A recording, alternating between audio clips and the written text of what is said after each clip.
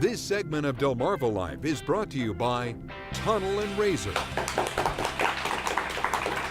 Well, in all probability, we don't need to tell you that we're getting ready for Halloween in just a few days, but you do know what that means. Trick or treat. Yeah, but unfortunately, many people choose to do a little more tricking than treating, which may land them in a world of trouble. Joining us today to give us a few guidelines on Halloween pranking is attorney Kelly Geloff, a managing partner at Tunnell Raysor in Sussex County. Thank you for joining us this afternoon. Let's start with the classic Halloween prank, egging.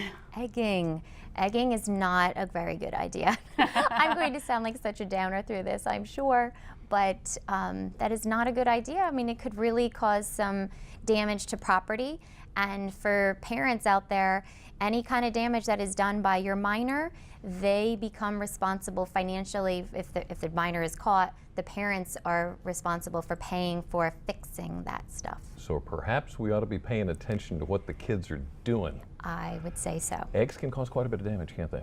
Yes, my understanding is the damage happens when the egg shell hits the different property. Oftentimes we've seen vehicles that have had that done, and it causes scratches, which of course needs an additional paint job. And then the removal process of taking it off of a vehicle or off of a house, that costs money. And then of course if you're taking paint off, sometimes you end up having to paint an entire house over or a vehicle over, and that can cost a lot of money. So whoever does it, oftentimes I know it are minors, so they are going to be facing potentially criminal action, and then also either civil action for the financial payment of that, or even in restitution if in fact they are charged and found guilty of doing something criminally. So count your eggs on Halloween night. Make sure they don't leave the house.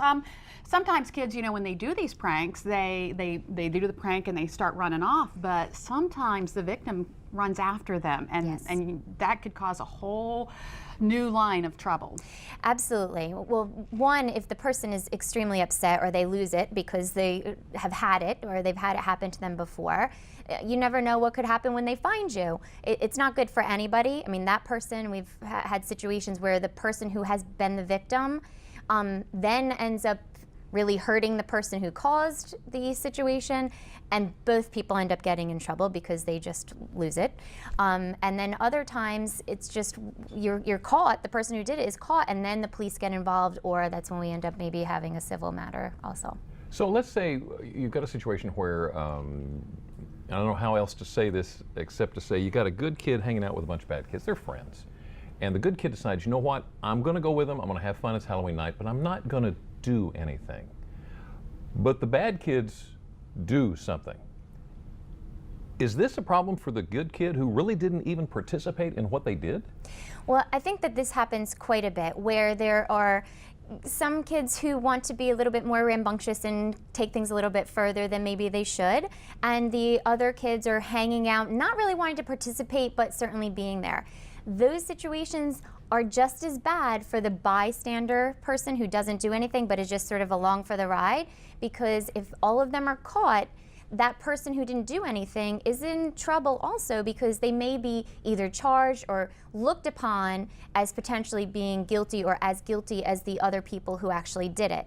It's that whole guilt by association. Certainly the case would still have to be proved against them, but it still puts that person in a really bad spot where they may have to get an attorney to represent them on something where they didn't do anything, but it's not the police officer's fault for charging them, because they've got to figure out who did do this. Right. So it just puts yourself in a really bad situation. All right, let's move on to another prank we see a lot. TPing, throwing the toilet paper in the trees and in the yard and all that. You've never done that?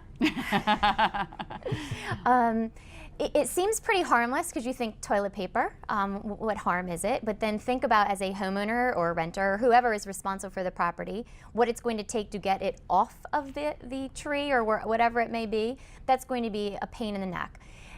It does cause offense to that property, and so someone could arguably be charged with disorderly conduct, has caused an annoyance, an alarm to someone, and has actually caused them to lose out on the enjoyment of their tree, or ends up having to pay to take care of it, that kind of a thing. So it's still, it's not fun. The kids think they're having fun, or people think they're having fun, but they really can be charged with something, or at least found civilly responsible. If somebody gets up on a ladder to take it off of their own tree and they fall, can the person that did it be considered?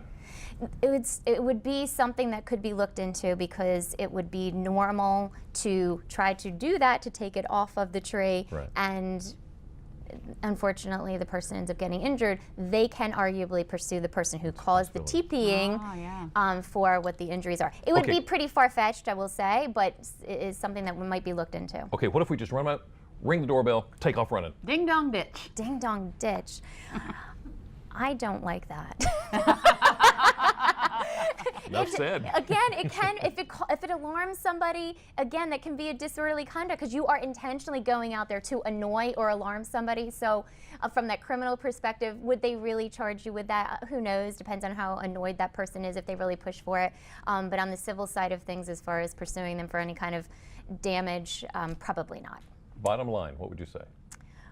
Again, I'm going to be the party pooper. I would just have to say that you can't do those things that maybe years ago seemed like they were really fun and funny. Right. It just can't happen these days. You just can't do it. You can go out and have your bag and say trick or treat. Yeah, stick with the treats. And have fun. All Kelly right. Kiloff, thank you very much for coming in. Thank you for having me. Up next on Delmarva Life, we're talking fall fashion, from clothes to shoes to jewelry. An expert is here to show us what's hot and what's not.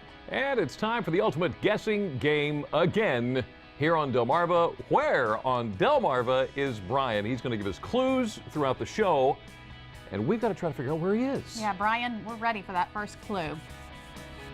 Well, Lisa and Jimmy, keep in mind some of these clues may be vague, but I promise the answer is in there. So here you go. Clue number one, if you're ready.